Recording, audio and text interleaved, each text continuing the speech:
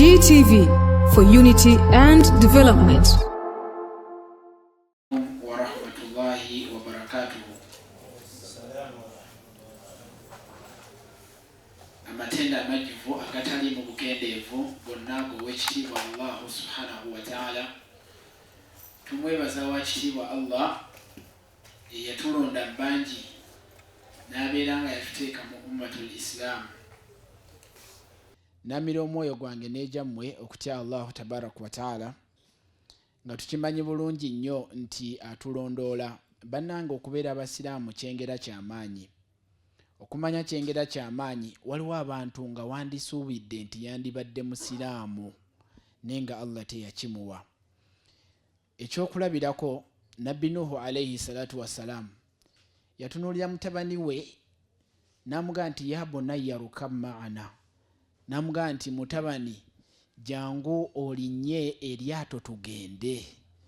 N'amugamba nti sa'awi ila jabalin ya'simuni min alma, taata nja kulinnya eryato, nja kulinnya olusozi, ya'simuni min alma. Ebyo ebintu byogerako eby'amazzi n'amataba okuba nti bijja, nze tebijja kunkosa.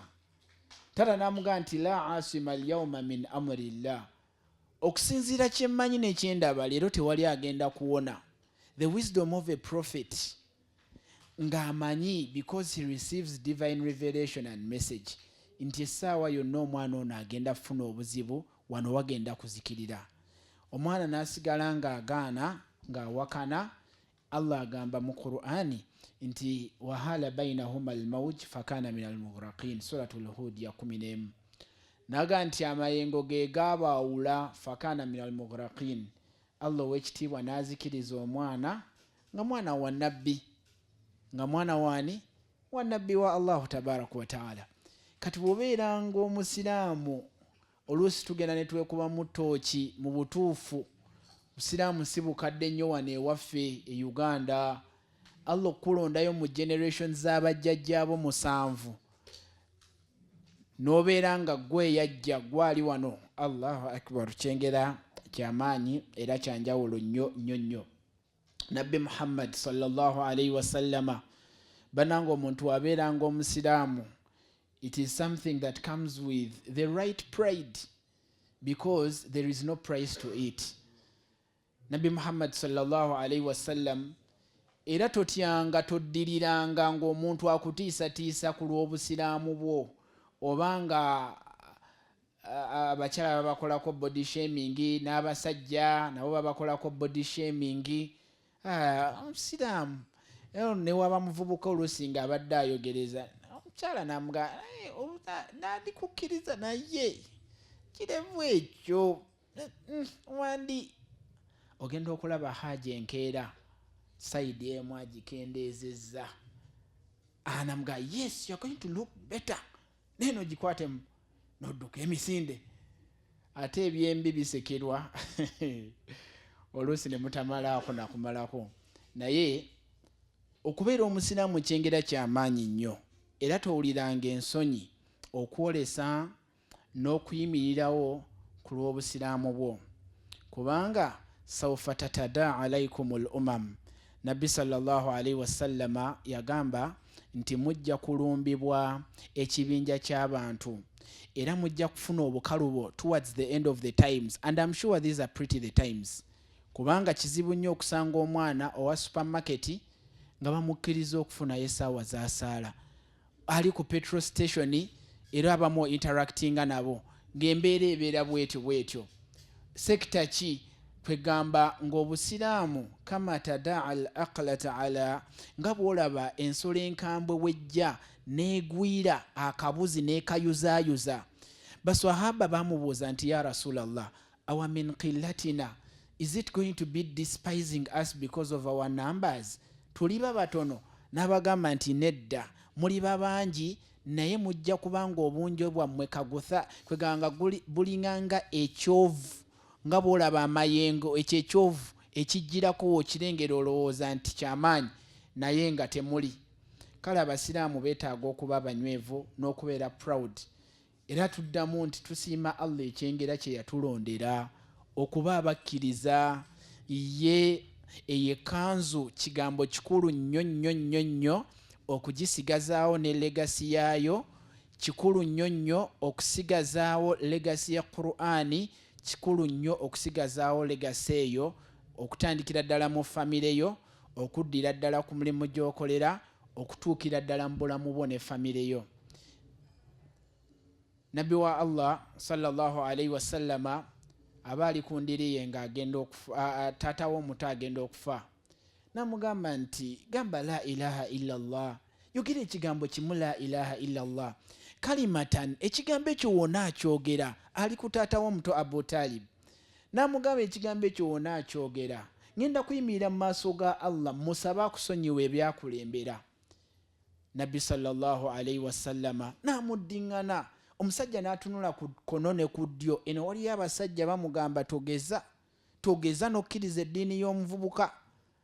Ekituufu kyali nti omusajja yayogera n'aga nti laqad alimtu bi anna diina Muhammadin sallallahu alaihi wasallama min khairi al-adyani al-bariyati diina. I certainly know with truth and totality that the message he is preaching is right. Nkimanyi nti eddiini y'omuvubuka ono ntuufu, lawla almalama, singa sitidde social pressure banaga nfiiridde ku ddiini y'ono n'ebirala, lawajattani nange nandibadde njogera shahada eyo. Omusajja oyo yafa si musiraamu, naye nga teyalekayo effort yonna gye yasobola okusapootinga obusiraamu. Kwegamba ekigambo Allah kye yatuwa nti waradhitu lakumul islaama diina, okuba nti yatusiimira eddiini yaffe ebeere nga tuli basiraamu, kigambo kikulu nnyo. Bannange oyisanga emikono mu maaso, buli w'obeera onoga nti radhitu billahi rabba wa bil islami diina wa bi Muhammadin sallallahu alaihi wasallama nabiyyan wa rasula. Ekigambo ekyo kizito nnyo okuba nti osigala nga okinywererako era ng'oki appreciatinga. Eddiini eyina guidance ku buli nsonga yonna.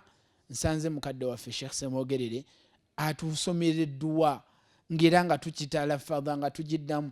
Njagala obuuze abantu abalala mikwano gyaffe be tusaba nabo badde eri obusiraamu olw'ekitangaala ekibulimu, bwe baba bagenda mu nsonga zaabwe ez'obufumbo boogera bigambo ki?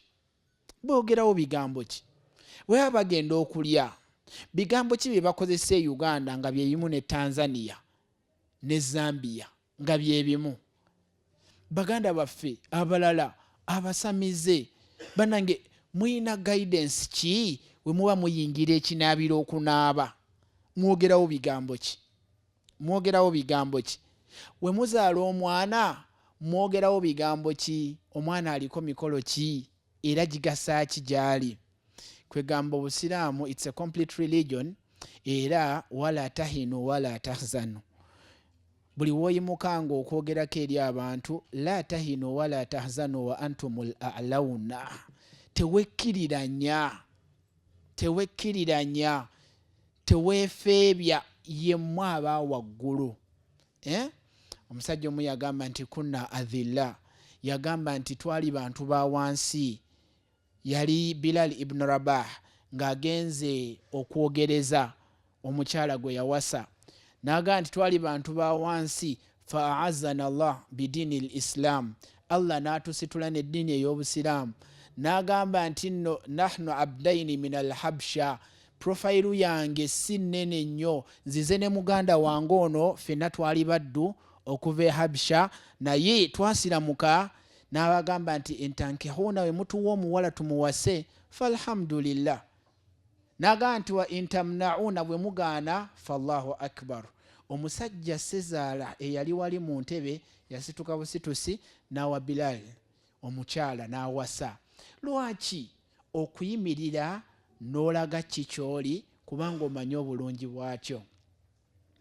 Alam tara ila alladhina baddalu ni'mata Allahi kufra wa ahallu qawmahum dar al-bawar. There are people who have sold the price of identification and living like Muslims in this generation. Ne bakyusa ekyengera Allah kye yabawa, era omubuuza nti munnaye kinaga bamuteeka ku kisenge, lwaki abasiraamu musaalasala nnyo Mungu temumutawanya? Naga wabula kyoyogedde kituufu mbuno olwo olw'okuba oyogerako ne boosi wo ku mulimu so Islam should have the right representation. Era nakyogerako mu Juma Ewandegeya ne ŋŋamba nti bw'oba tosobola kwongera ku busiraamu teweegatta ku bantu bakosa obusiraamu ng'oyitira mu bigambo oba ebiki ebikolwa. Omuntu ayinza okukubuuza wama ggwe bwaki tobeera nikaabu ogyogerako ki aga abo basukka mu ddiini beefuula abamanyi nnyo eddiini. Jamaani woba tonnasobola nikaabu togikola ki togivuma. Naawe owa nikaabu togamba nti wallahi era bonna abatajambadde abo amazambi kwe gatandikira ne gajja nga gambuka eno ffe tufuna buno obuzambi obutonotono gwe ng'owulira olina poloti mu busiraamu. Right? So the right representation woba olinayo ekintu kyotannasobola tokivumirira.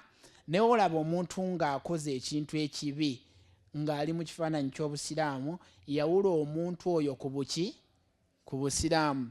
Waliwo drive egenda mu maaso olunaku olwaleero eyita nnyoko ku social media. Kituufu wasobola okuba nga waliyo abakyala nga bannikabi nga balina bye bakoze ebitajja mu ddiini, naye nkwegayiridde ng'omukyala toyimirira n'ogamba ti bannikabi baba boonoonefu. Ekigambo ekyo kye weetisse kiina kye kitegeeza ku nnyambala y'obusiraamu. Tegeerekise n'ogamba nti nze tombuulira nnikabi yenna. Waliwo abasobola okukola ebibi nga naye w'osobola okukola ebibi mu kakaaya. Oba n'ogamba nti wallahi abatabuliiki bantama. La ilaha illallah. Ogenda n'ogwa ku posts olunaku olwaleero omuntu naga obutabuliiki bwonna bwe buti. Oba wogwa kwolinaga nti bonna abakola bwe bati bonna bamukweyesa bwe bati bonna batama. Lwaki ogeneralizinga? Era so twegendereza nnyo okubeera nti tukola comments ezimu naddala olw'ebintu abantu abafaanana ekifaananyi ky'obusiraamu bye basobola okukola gwe n'oweetikka ekifaananyi ky'obusiraamu kyonna biidhnillah. Kale baganda bange ebitiibwa mbadde ku kigambo ekitandika nti tubeere grateful okuba nti tuli bakkiriza nga tuli basiraamu. Lumu nali nsomera e Makerere banyambuka mu lift somewhere nasangamu abasiraamu ndowooza nga 3 ne ntoola salaamu. Oli n'akola bw'ati konze nti kiki ng'aliko ne sigita naga nti sheikh buli wamu mutoolerawo salaamu tuli mu lift mutoola salaamu. Ne ŋŋamba what's it with the lift? So n'abeera nga yanneewuunyisa ne ŋŋamba nti abasiraamu at some point in time naawe oyinza okuwulira ng'akoze eki akakkanyiziddwa mbw'oli mu kifo kino oba ki, naye ng'ebyo byonna tusaba Allah ow'ekitiibwa atuvuunuse challenges ze tuyitamu. So buli alina ekigatta ku busiraamu tumusupportinge, wabula tetuyimirira wamu n'abantu abakendeeza ku busiraamu, wabula tubeere nga tubabuulirira billati hiya ahsan, mu ngeri esinga okuba ennuŋŋamu. Topic gye naweereddwa ekwatagana ku conflict resolution in Islam. Conflict resolution in Islam. Baganda bange ab'ebitiibwa, neesiimye nnyo okuba nti ate nnyimiridde mu maaso g'omusomesa wange Sheikh Lugolobi. Sebo tukwaniriza, saba Allah akuwangaaze era akuwa ebirungi. Allahumma amin. Conflict resolution kikwatagana na kubeera nti tuteekawo embeera y'okutabaganya wakati mu butabanguko. Nyongera okubategeeza nti ekigambo kye bayita conflicts tekisobola kuggwaawo, kyakubaawo kubanga lwaki Allah yatuwa entegeera ya njawulo, endowooza za njawulo, background za njawulo, n'endaba y'ebintu nga yaki ya njawulo. N'agamba nti law anfaqta ma fil ardi jami'an ma allafta bayna qulubihim walakinna Allaha allafa baynahum innahu azizun hakim. Yali ayogera ku mbeera z'abantu n'okuba nti tufuba nnyo okulaba nti tugatta wakati w'emitima gy'abantu naddala mu mbeera ez'obutabanguko. Ekisuukira ddala obutabanguko bwakubaawo naye tulina edduwa ze tusaba nga bw'olaba mu Qur'ani ey'ekitiibwa bw'agamba nti wala taj'al fi qulubina ghillan lilladhina amanu rabbana innaka raufur rahim.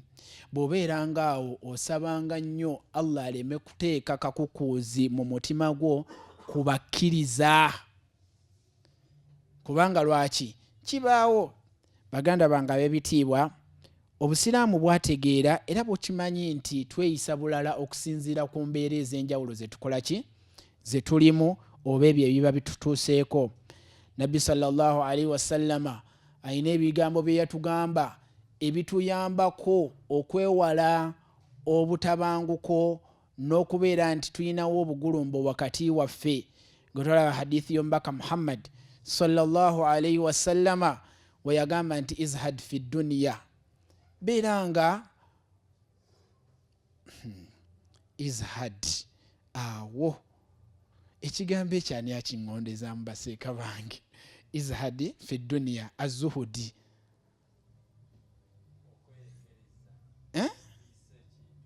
Okwerekereza n'ofiisa mukinyongereremu ekirungu.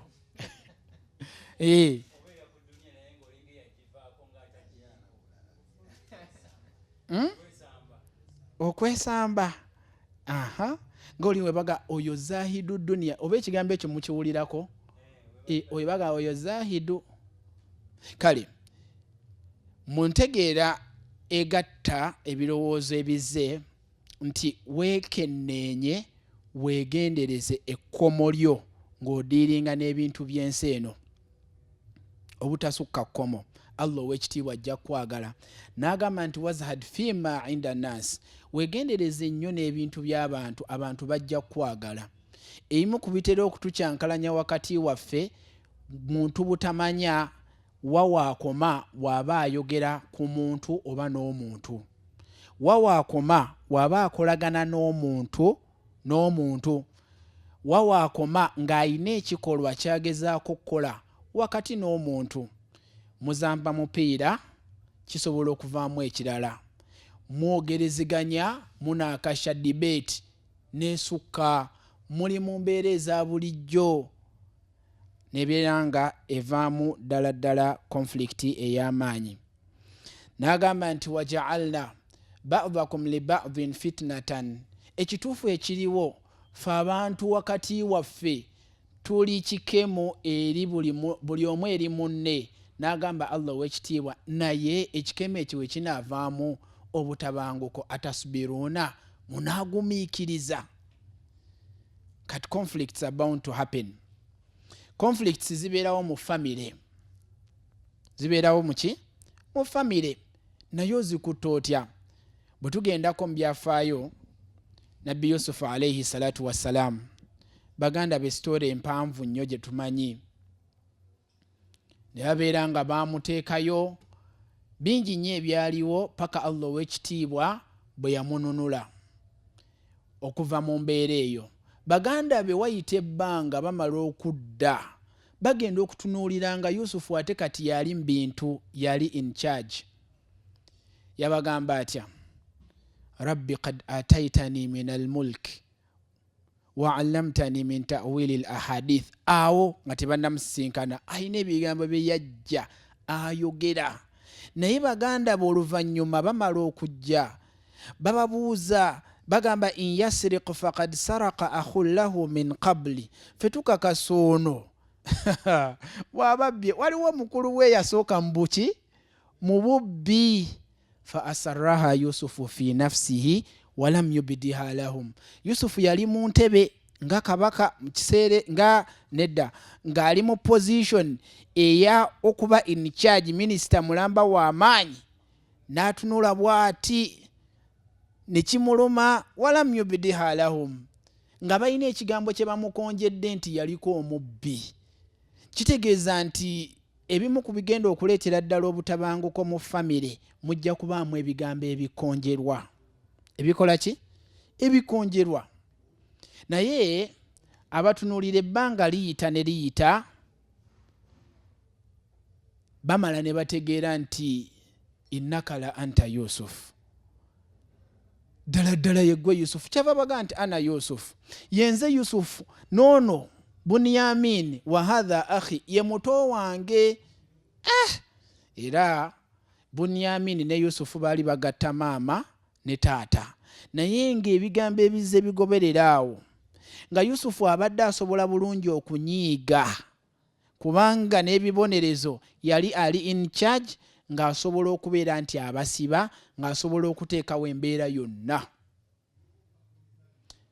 Yusufu yagamba atya? Yagamba nti la tathriba alaikum alyawm, tetugenda kudda mu byamabega, temulina musango, leero mbatadde. Ne yeesonyiwa n'abasonyiwa, ate n'atazza byamabega. Era sipiiki ya Yusufu ebigambo ebyalimu maaso g'abaganda be nga bamaze okubeera nti bazuula nti yeye taata we n'ebisigadde, yagamba nti nno yayogera ku Allah byamukoledde, teyaleeta nnyombo zasookawo wa mabega. Wakad ahsana bi idh akhrajani min assijini wa jaa bikum min albadwi min ba'di an nazagha shaitani baini wa baina ikhwati. Yakissa ku sitaani, teyakwata baganda be kubeera nti abatandikako tinga we mwakola bwe muti ne bwe muti ne bwe muti. Kati obutabanguko bubaawo mu famire, naye ekigambo la tathriba alaikum alyawm, okusonyiwa n'okkaanya nti leero mbatadde, oba resolving the conflict nene nnyo wakati wo ne ssengaawo oyo gw'obadde wajjako salaamu. Era naliko mu mbeera nga waliwo ebintu by'abasika ebyali bigabibwa, ne wabaawo ng'omuntu yakola emivuyo mu famire, naye omusika ng'alina powers ezikola kyonna kyakola, naye abawalimu kikulu nnyo mu nsonga zaffe.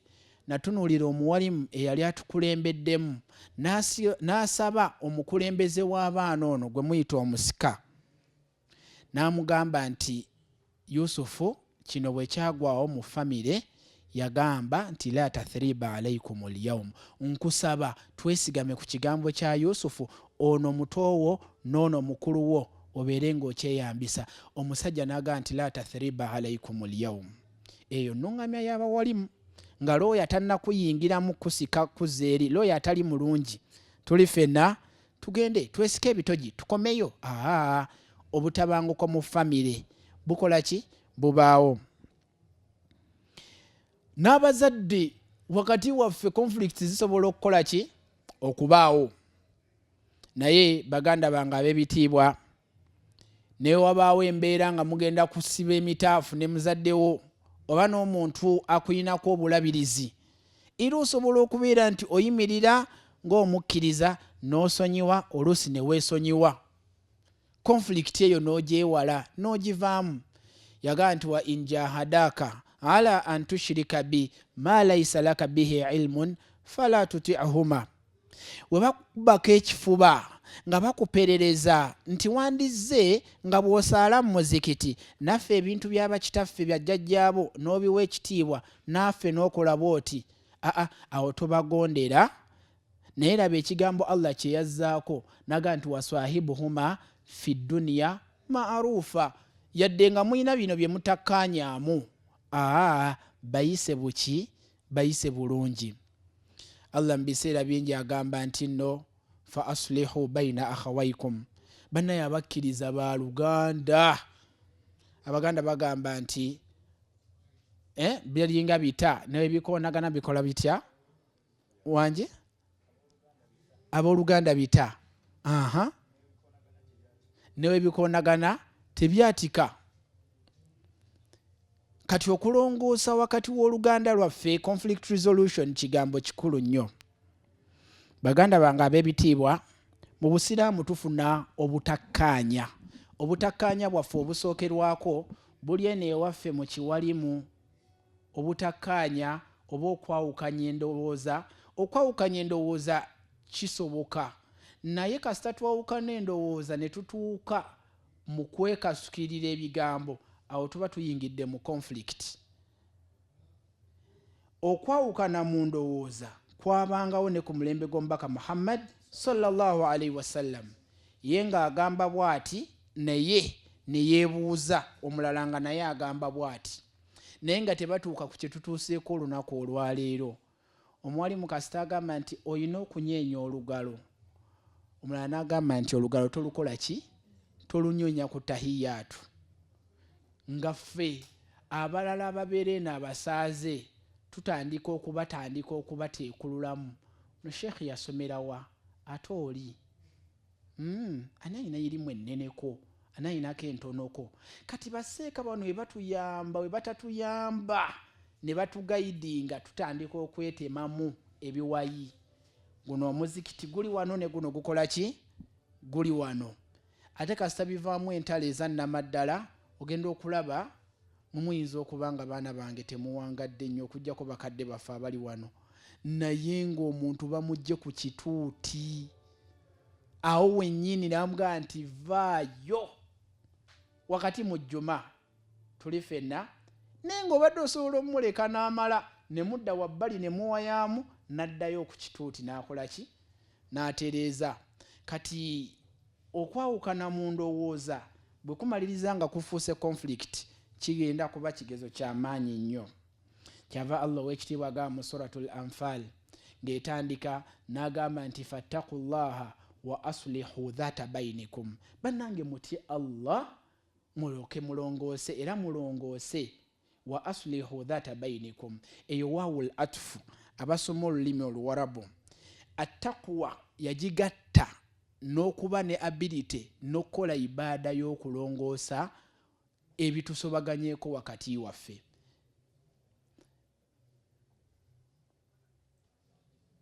Nabi sallallahu alaihi wasallam we yali akatuuka akha baina almuhajirina wal ansar, yafuba nnyo okuteekawo oluganda n'okupeyaringa n'okuteekawo enkolagana n'okwewala conflict wakati ba muhajirona ne ba ansar. Abo nno basiraamu ku basiraamu, naye era yakikolanga ne ku batali basiraamu. Bwe mutemulaba bagenda otusibira mu gundi mu luwonvu eri kukaanya kwewala musaayi kuyiika ogwabaki? Ogwabakkiriza. Mu bigambo byange kansembyeyo steps zino Qur'ani zeetuwa mu conflict resolution naddala mu area esinga okubaamu challenge olunaku olwaleero mu bufumbo. Kuba tutunulira conflict resolution in Islam gye tuvudde eri mbalaze nti zibaawo mu family, zisobola okubaawo wakati w'abantu n'ebisigadde. Naye conflict resolution okubeera nti tusoowagana n'okubeera nti tuyambagana mu kumalawo obutabanguko naddala wekijja ku level y'amaka, ekyo kigambo kikulu. Era obusiraamu bwakiteekako ekigambo kinene nnyo nnyo nnyo nnyo. Allah w'ekitiibwa yagamba mu Qur'ani ey'ekitiibwa n'agamba nti wa in imra'atun khafat min ba'liha nushuzan aw i'rada. Yali atunuulira institution y'obufumbo nga n'obutabanguko tebunnagwawo, naye kasita okola ekintu ne weekengera nti Musa kigenda muyisa bubi, tuli ffenna nga wakeekengera khafat min ba'liha nushuzan au i'rada. Ebigambo ebyo mu Luwarabu bikulu ate byanjawulo, an-nushuz al-i'rad. Naye Allah w'ekitiibwa yatulagirawo n'atutegeeza nga we kitalina buzibu okubeera nti mu kiseera ekyo tunoonya ekigambo ekiyitibwa asulhu, okubeera nti tulongoosa. Mu surati Nisa aya ya 128 yagamba nti wa in imra'atun khafat min ba'liha nushuzan aw i'radan fala junaha alayhima an yusliha bainahuma sulha. Tekina buzibu abantu abo okutandika okutema empenda butya bwe balongoosa wakati waabwe.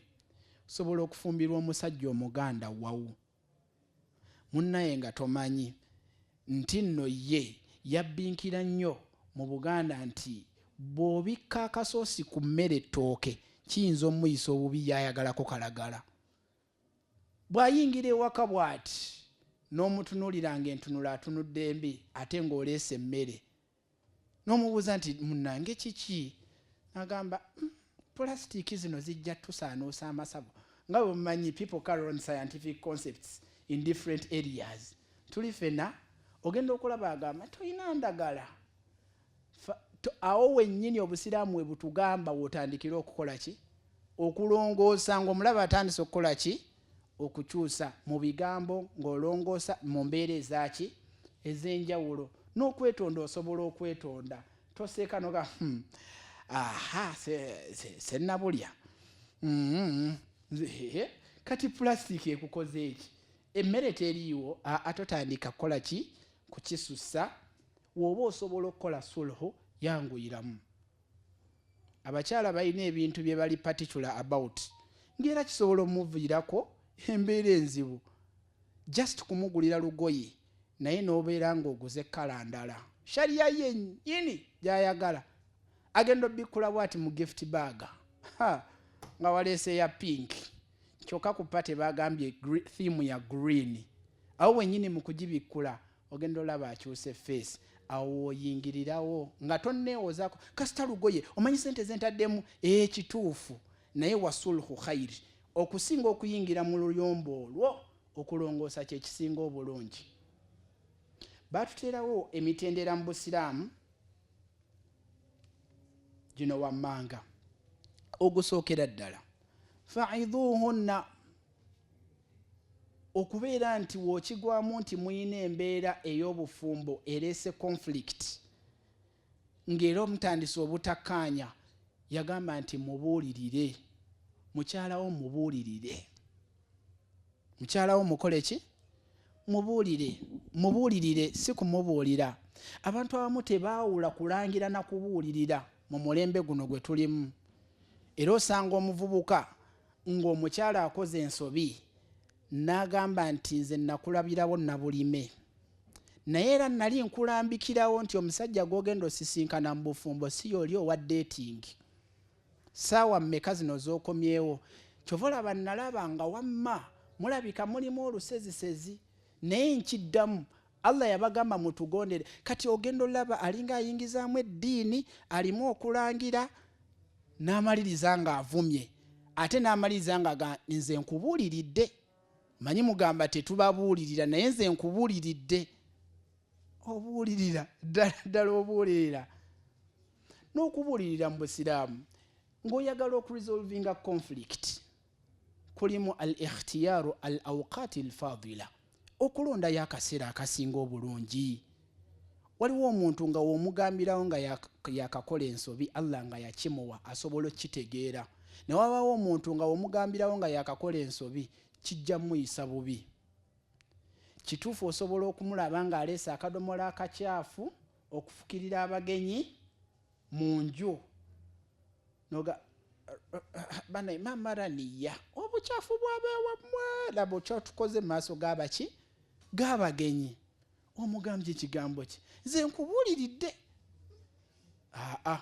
tekijjirayo awo oluusi osobola okugamba nti kankuyambeko gwe kennyini situka ng'omulaba asala nako bw'ati ogende waali mamaraniya kankuyambeko oleeta ebiki ebirala gwe wano gwe kennyini osooka ofulume oyiteeyo emmanja okyuseemu akadomola gwe kennyini tuli fena oluvannyuma omugambe nga mutuddeeyo mu kaseera kammwe ak'emirembe tuli fena nti munnaaye mukwano gwange kino na kino na kino basekase mwogerere batusinga okutulungamya mu field eyo naye faidhuhunna okubeera nti tumalawo obugulumbu mu bufumbo bannaye twogere ne bannaffe abavubuka b'omulembe guno abatalimu abatudde wano balina omuze okuloopa buli kibi omuntu kyakola ewa Sezaala oba ewa Nazaala halo waali wano yakasiriza emmere simanyi kiri kunva naye maama nkubuulire simanyi naye ngenda kuddira kasooke njogereko naye ate omaze omuloopa ate oyagala kwogerako naye oba otegeeza ki oba abakyala faidhuhunna lafdhu yajja ng'etunuulira abakyala kubanga mmwe abaami Allah yatuwa ability eyanguyirwa okubeera nti tusobola okutuuza omuntu ne tumubuulirira naye n'omukyala ayogereko nebbaawe ku nsobi z'akola ki z'alina naye n'okwata omuvubuka n'omugeya mu gurupu yammwe ey'ekika olw'okuba baleese topiki ekwatagana ku basajja n'empisa zaabwe ki embi ne bagamba nti mutubuulireyo emizeena abasajja gye basinga okukola gye mutaagala owange tayagala kunaaba ewammwe kiri kitya era senga ngenda mukusindikira ndaba mukwano gwo mukwatagana nnyo ku kampuni olwo senga we yamukulabira omuntu oyogerako naye ikhtiyarul aqwalul fadila okulondayo ebigambo ebisinga okuba ebiki ebirungi waliwo abantu nga Allah teyakuwa busobozi kwogera na kubuulirira some ladies just cry nga bwalaba omuze gwe yeetamwa nagamba obankugamba obankole ntya n'amaliriza nga akoze eki akabyewo abasajja abamu oluusi ne yeesonyiwa bwesonyiwa n'atambula n'agenda ng'alaba bw'anaayogera kijja kusukka tegeera omuntu wo naye ikhtiyarul aqwalul fadila londayo ebigambo ebirungi in fact mu nsobi sooka omuwaaneko ekirungi kyalina olyotyolyoty ensobi awo obugulumba bujja kukola ki bujja kukakkana tegeerekese sajja abamu nga bwe tugambye nti bayinza okuba atayagala bulungi kukola ki kunaaba si bano abali wano eno boola ava mupiira ekiro bazanya futuso simanya kiki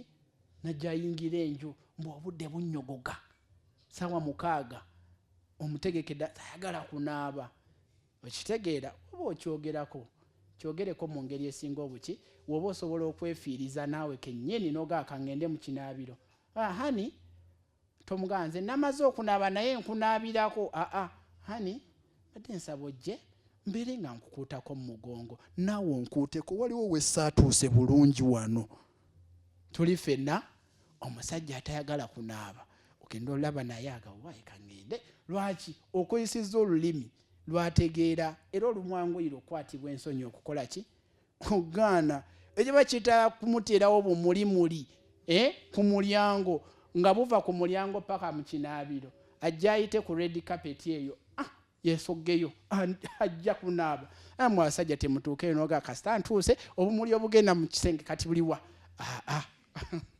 naye ikhtiyaru al aqwalu al fadila ekiseera ebigambo n'ebirala oba tosobola kubuulirira muntu osobola okufunayo omuntu akukola ki akuyambako naye amanyi kyokola ki kyoyitamu don't be biased in your submission togatta complaints nnyingi mulundi gumu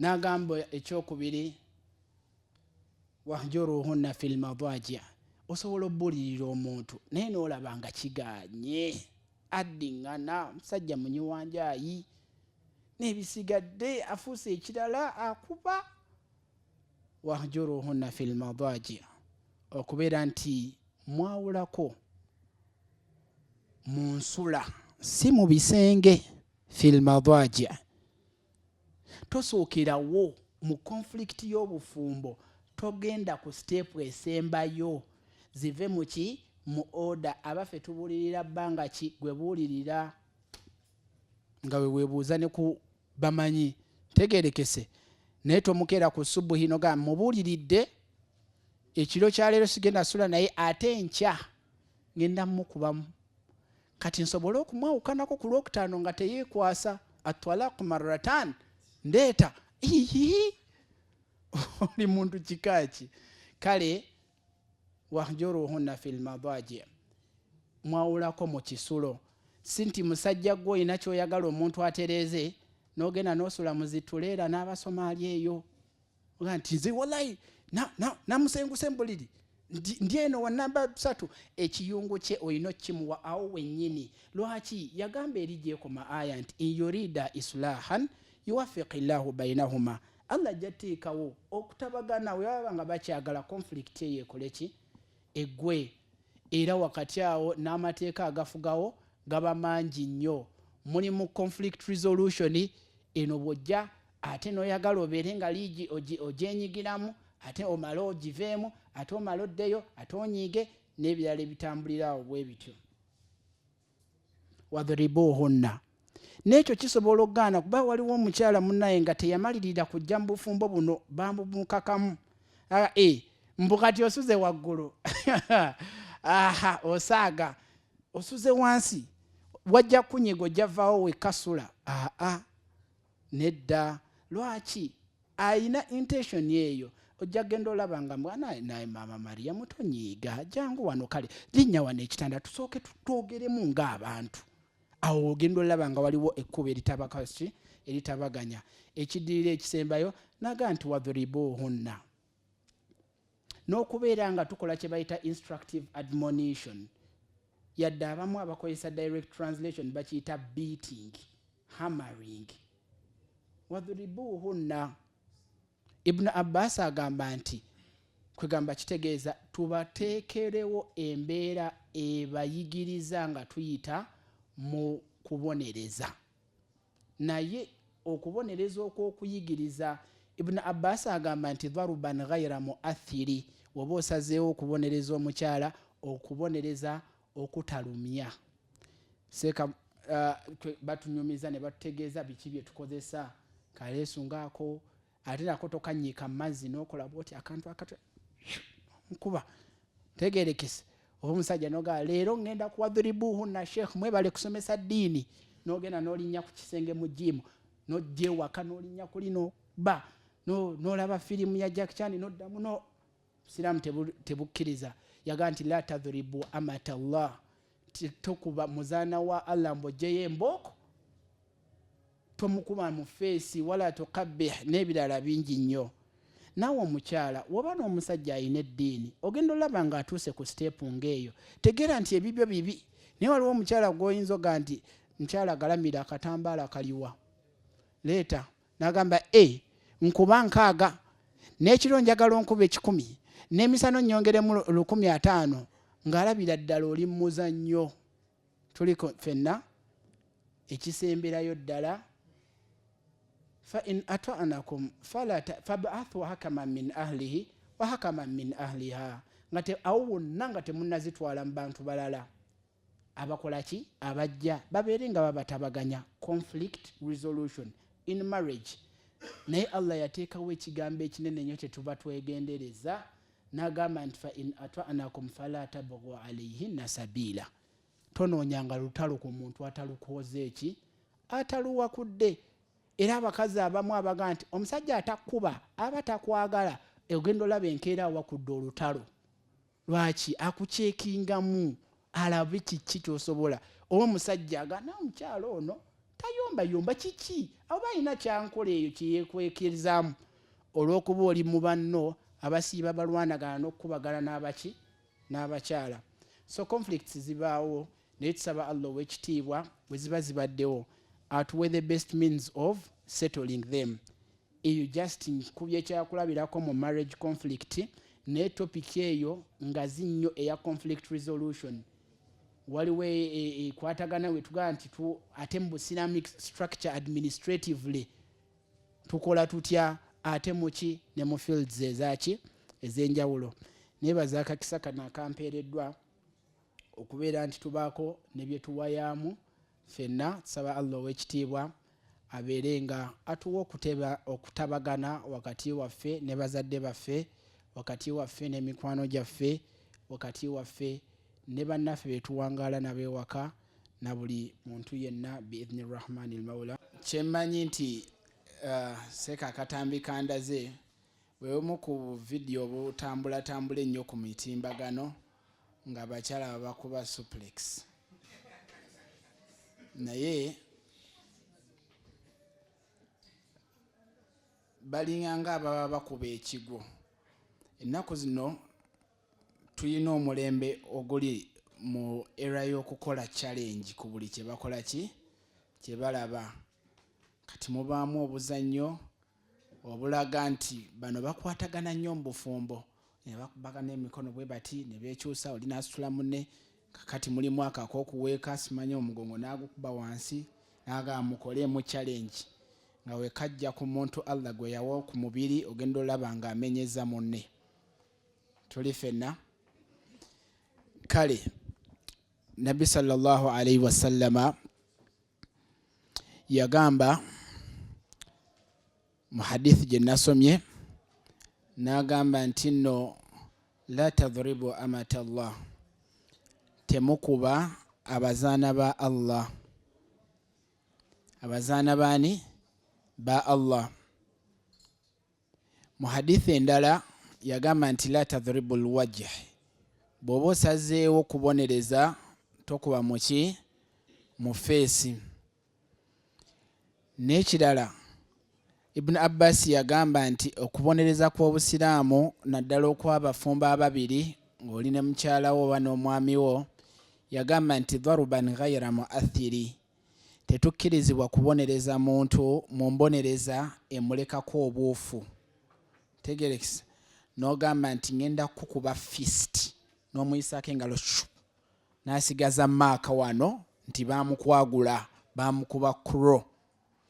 Kati singa otunulira suplex ng'omuzannyo ogwo gusobola okulekako omuntu obuufu obulaga nti nno yakoseddwa, si kituufu. Ekyokubiri, wala tulqu bi aidikum ila tahluka, waliwo ekintu ky'osobola okukola ne kikuleetera gwe kennyini obuki? Obuzibu oba obuvune ku mubiri. So ngatta oba suplex oba duplex na buli muzannyo gwonna oguyinza okuleeta obuvune ku mubiri gwaki? Gw'omuntu, okubeera nti tugwewala mu mbeera efaananako bw'etyo.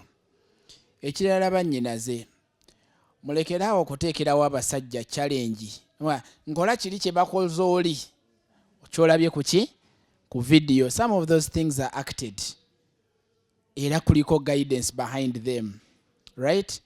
Oba naawe omusajja okugamba mukyala, nange njagala onkole nga bwe nalabye mu katambi bakola oli ekintu kino bwe kiti ne bwe kiti. Oyinza okumuleetera okukola ki? Okutawaana okusukkako ku kyobadde olowooza. Biidhnillah. Saba Allah tulungamye. Naam. Nsonga eyo yennyini bannaffe bagamba nti obuntu ng'obwo bwe bulaga laavu. Essebo. Nti mu abasiraamu temulina laavu.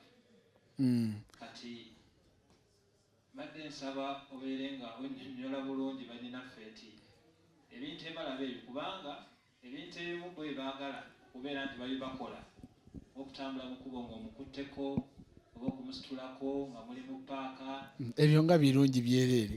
Kati bagamba tebibikola. Ensonga lwaki temulina laavu ate nga tibwotuganye suplex ne duplex. Naam. Khair, tayyib. Mu bufunze tubasaba era nga tutegeeza buli muntu tibeera creative wakati wo n'omwagalwawo.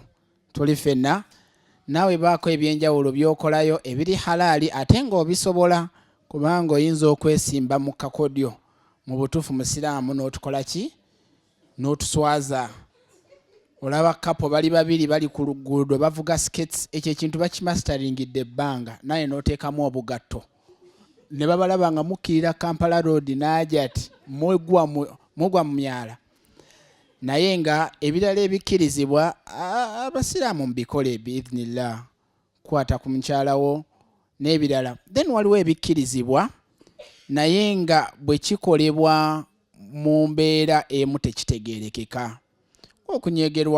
Okunyegera omwagalwawo tuli ffenna, naye bw'okikola ku viddi mu ssomero lya primary oba secondary wakati mu compound, abantu bayinza obutakola ki? Obutakutegeera. Tuli ffenna kati mulimu ebikkirizibwa naye era nga tulondoola wawo okikolera, kiki ekyekyama, kiki ekyoluki, kikyolujjudde.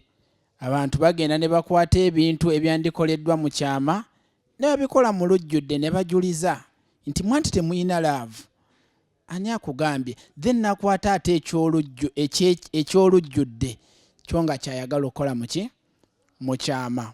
Wa kadhalik. Naye tubeere creative inshallah.